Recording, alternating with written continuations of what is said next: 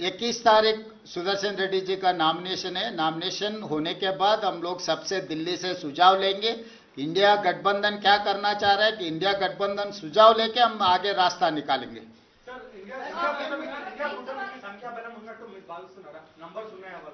ఆత్మ ప్రబోధానుసారము ఓటేయండి అని విజ్ఞప్తి చేస్తున్నాము।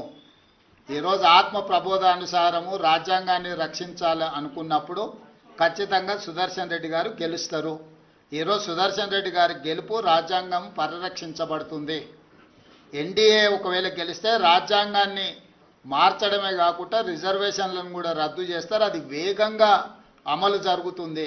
అందుకే ఈరోజు ఇండియా కూటమి అన్ని రకాల ప్రయత్నాలు చేస్తుంది, అందరి మద్దతు కూడగట్టే ప్రయత్నం చేస్తుంది।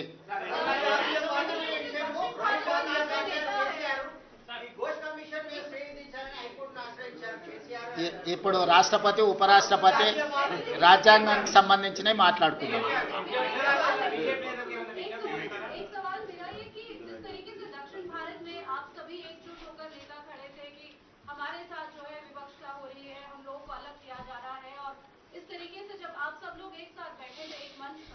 लेकिन आज आप देखते हैं कि दो अलग-अलग दक्षिण भारत के दो नेता खड़े हो रहे हैं उपराष्ट्रपति पद के लिए।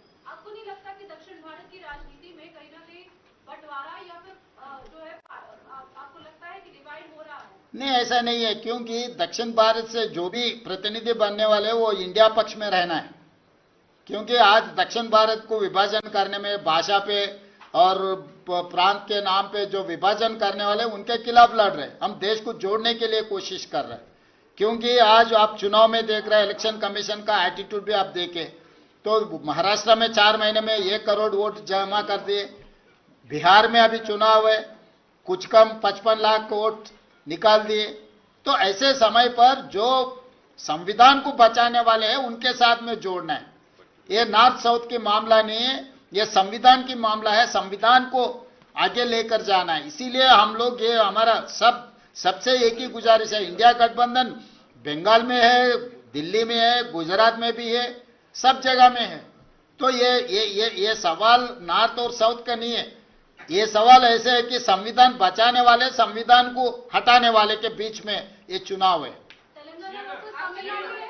नहीं, ये तेलंगाना वर्सेस तमिलनाडु नहीं है। संविधान को बचाने वाले, संविधान को हटाने वाले, दोनों के बीच में ये चुनाव लड़ाई हो रहा है।